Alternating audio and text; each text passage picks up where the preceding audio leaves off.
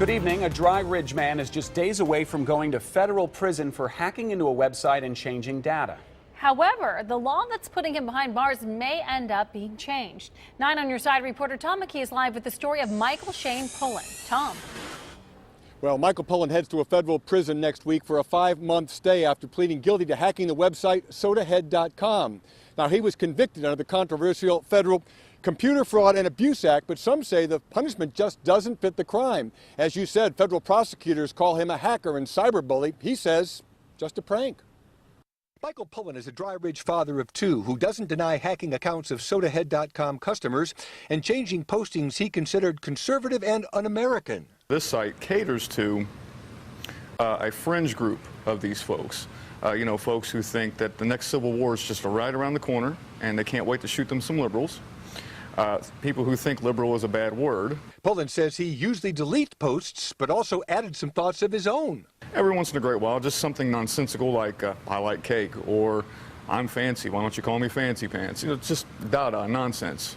He admitted what he'd done to the Secret Service and thought that was the end of things. But 2.5 years later, he was summoned to court and pled guilty. If you do something that's against the law, even if you question the ethics of the law or the rightness of the law, you're going to do time. Media attorney Jack Ryder says the Computer Fraud and Abuse Act was passed to criminalize unauthorized computer access to things like Defense Department secrets, but added this case is more like a private matter. He went on to sodahead.com and changed some information on the site as a prank. He really didn't take any valuable information. But Pollan got 5 months in prison and was fined $21,000.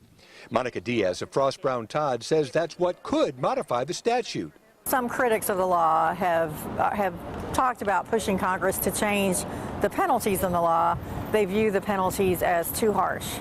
The prison time, the high financial penalties that are invoked by this law.